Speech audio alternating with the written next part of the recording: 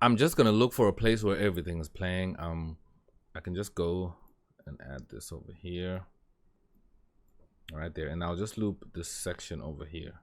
So that's the section where every element in this track is playing. So that's a section where I'm gonna concentrate my master on, so that I can, because that's where everything is loudest and the whole track is loudest. So if I master my track according to the softer parts and I'm trying to make the track louder, it won't really translate, because when it gets to the louder parts, your sound is gonna get blown out and it's not gonna really make any sense. So that's why I would rather do this and kind of portion out the section where everything is going to be the loudest and everything is playing. But for now, we're only doing mixing, so I'm going to do this and then we're going to mix and make sure we get some right levels and level out all our tracks and level out all our things nicely. So we start with just the first track over here. That's the drums.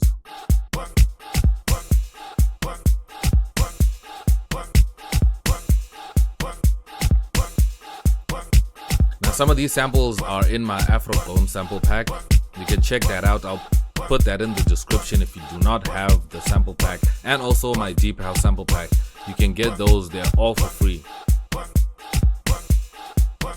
So now let's just check our meters and see where we are. Okay, as I can see here, we're around -3, that's okay. Okay, so there's some elements that are not in the mixer, so let's just make sure that everything is going straight to the mixer. Control L, Control L, Control L, so that everything is going to the mixer, because that's where we need to control all our sounds. Okay, good. Now that's our kick. Now what we can do with this kick is we need it to be very bright, because it needs to really punch through. So what we can do with this kick is we can add, let's say, a wave shaper, and I can just click there. Okay, that's enough. Now if I can switch this off, you can hear the difference when it's like that and when it's like this. So it gave it a lot of color and a lot of high-end information just to make it punch through. You know, if you're going to be playing it like on those little cheap speakers, you need to hear that because they don't have bass. So this will give it kind of that punch. And then after this, we can just look at the EQ to see where we are. So you can see the high-end information that we added to the kick over here. So now what we're going to do, we're just going to lower it. But keep in mind that this is going to be our peg for our loudness. So the kick is going to be the loudest thing in the mix. So here it's hitting around -6 dB. That is safe for a mix. So now let's add our other sounds. Now this is a snare. Let's just load up the EQ there. Just give it a bit of more low end.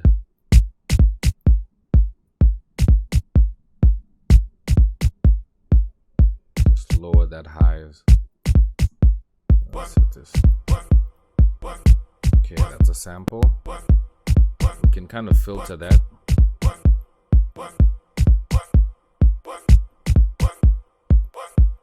We don't need all that information over here. We just need the voice. And it's being sent to an aux verb over here.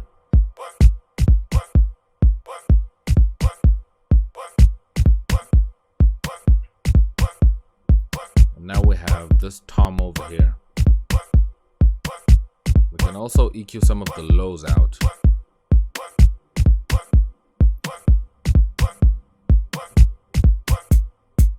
And then we have our hats here. Can add an EQ there. And just shelf out all the other information that's here. We might not see it here, but it might actually be there. So we just shelf it out just to be sure. You never know. We can send that voice to the same reverb where the other voice is in.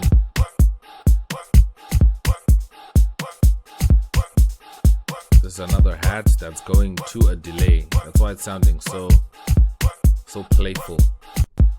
Now we have another EQ on this other hats. Now we can boost these hats a bit just to give them more body, and then we shelf out all the other low end information.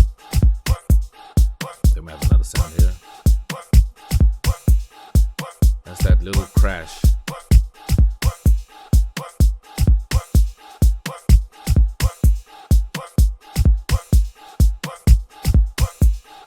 We can add some stereo widening to the sound over here. I can add a stereo enhancer and just put it on this 4 strings preset. It just makes your sound wider in your mix and just kind of puts it in a nice place. There we go. So everything is not smack dab in the middle. Our mix is still fine, it's still very low.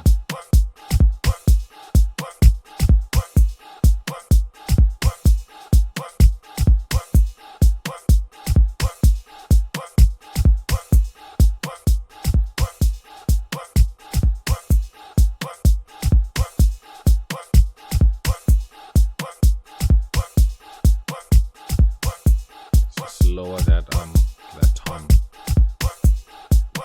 Okay, there we go. So just keep in mind that you must always watch your master as you're mixing. The mixing stage is not about making anything loud, it's about clarity in your sound. So it's about shaping your sounds until they sound very clear and they're sounding right to your ears. So there's no rule to this, but it's all about how you hear the sounds. So don't worry about anything being loud. Turn up your speakers up, turn up your amplifiers up, so to make sure that you hear everything clear, but make sure that your faders and your levels are very low and they're not too high. So now let's get to the other sounds as well. Now the next sound we have here is the synth sound over here. Already I did some EQing here.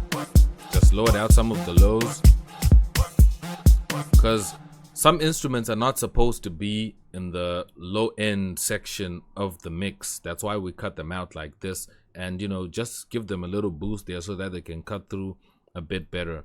So the low end side is only for the kick and the bass. So all these other synths, unless it's a bass, you must kind of, you know, just trim them out. You don't have to cut them all the way out like this, but all you can just do is just kind of halfway, like around here, -6 dB is fine.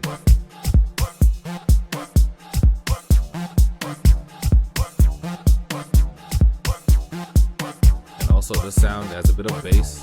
I can just cut it down a little bit without trying to change the texture of the sound.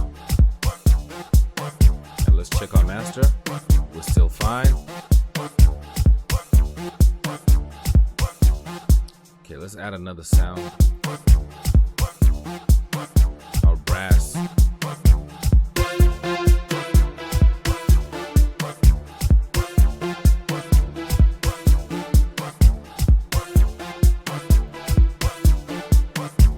That's fine. Now we add the string.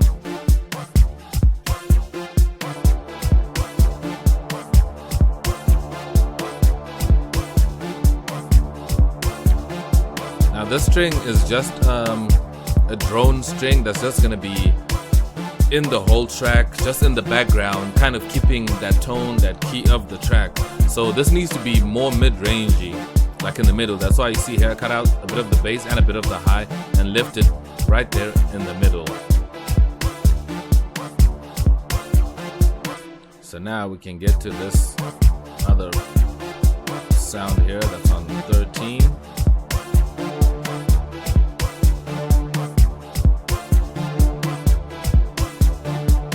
We can make this one move by adding a phaser.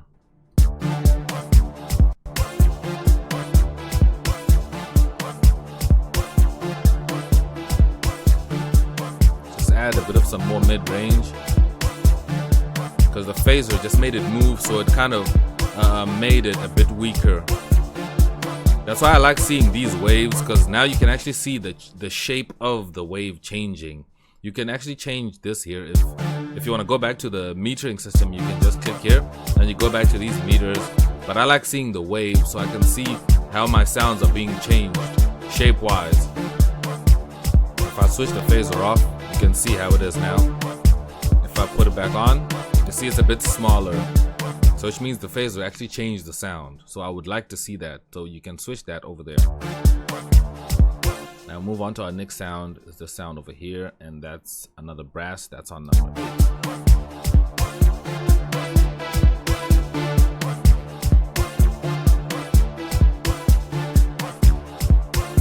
Oh, these two are sharing, so I can just raise this one.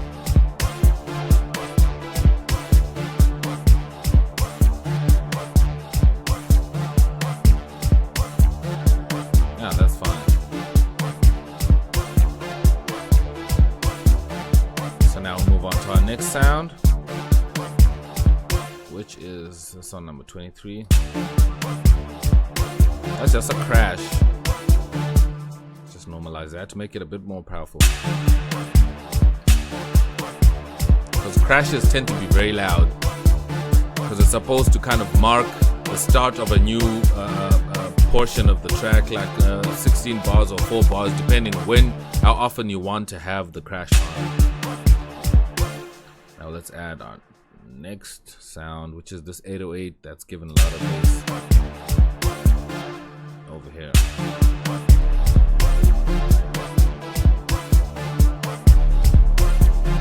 Okay, let's check our master.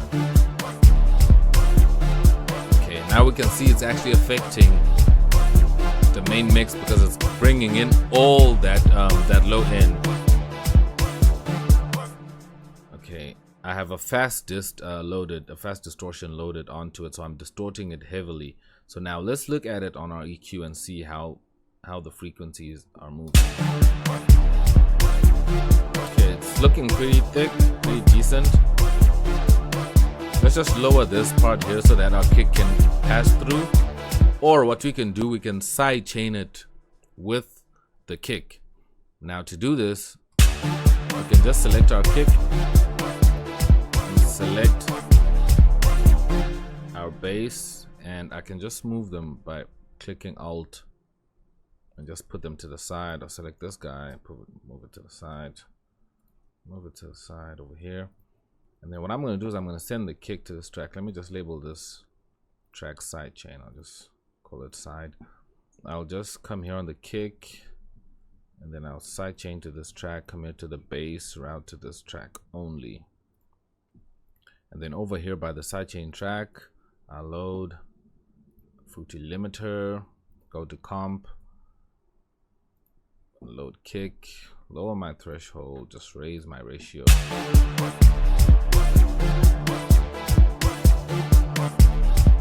Now, as you can see, my kick is sidechaining the bass.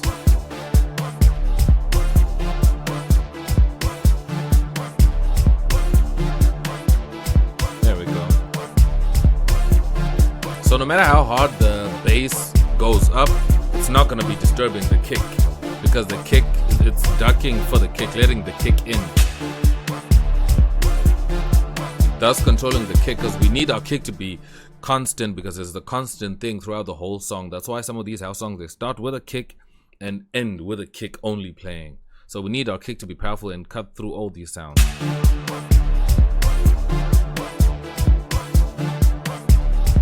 So if I actually want to add another sound to the same sidechain, I just have to just send it to the track. Like if I want to sidechain this track, I can just route it to this track. I'll just say route to this track only.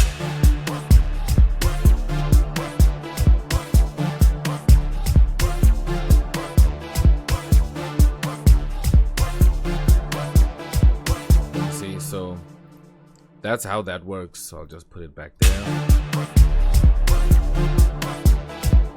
Now we can move on to our next sound, which is probably the last sound over here. This Nexus sound. That's just a high string.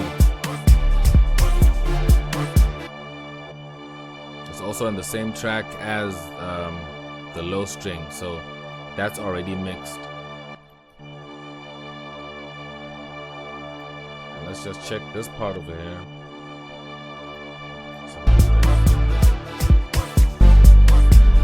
Still have a tom, we still have to mix here.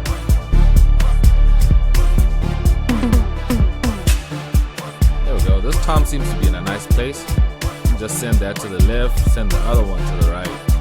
Make sure that you have some separation.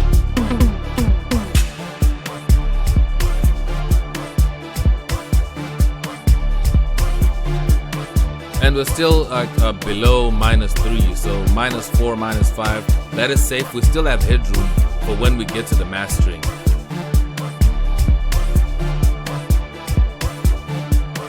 So that sounds decent enough for me. It's loud enough. Every sound is clear and everything is where it needs to be. It takes longer if you have more elements in your track.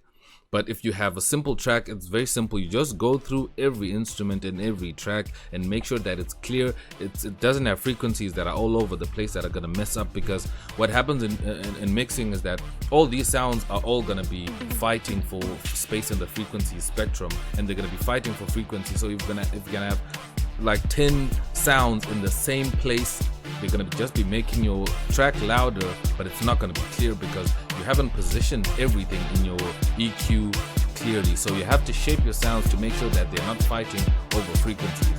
So I hope this video helps you to know how you can mix Gqom. So now in the next video, we're gonna get into mastering of this track. So check out my next video. That's it for this one. I'm gonna check you in the next video where we get to master this track and finish it so it becomes nice and loud and as powerful as Gqom needs to be. So I'm X and I'm out. Check you in my next video.